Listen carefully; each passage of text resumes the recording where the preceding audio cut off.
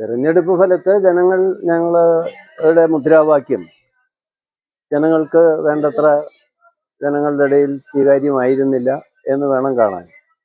എന്നാൽ ഞങ്ങൾ ഉയർത്തിയ മുദ്രാവാക്യം ഏറ്റവും ശരിയായ മുദ്രാവാക്യമാണ്.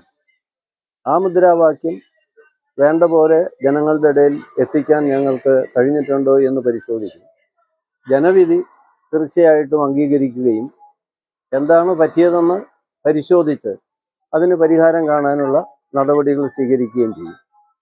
പാർട്ടി വോട്ടുകൾ ചോർന്നിട്ടുണ്ടോ? കഴിഞ്ഞ തവണ വലിയ ഭൂരിപക്ഷം നേടിയപ്പോഴും കിട്ടിയതിനേക്കാൾ കുറവ് വോട്ടുകൾ ചോർന്നു.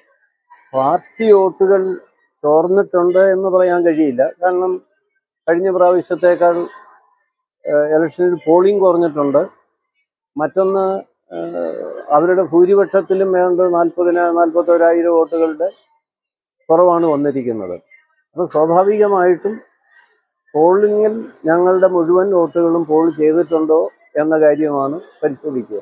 കേരള കോൺഗ്രസിന്റെ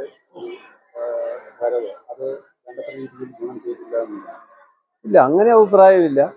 ഓരോ സന്ദർഭങ്ങളിലും ഉയർന്നു വരുന്ന, പ്രത്യേകിച്ച് രാജ്യമാകെ ഇന്ത്യ മുന്നണിക്ക് അനുകൂലമായി ഒരു BJPക്കെതിരായും ചിന്തിക്കുന്ന സമയത്ത് ജനങ്ങൾ ആ ഒരു ഓൾ ഇന്ത്യ രാഷ്ട്രീയത്തിന് അനുകൂലമായി നിന്നിട്ടുണ്ട്.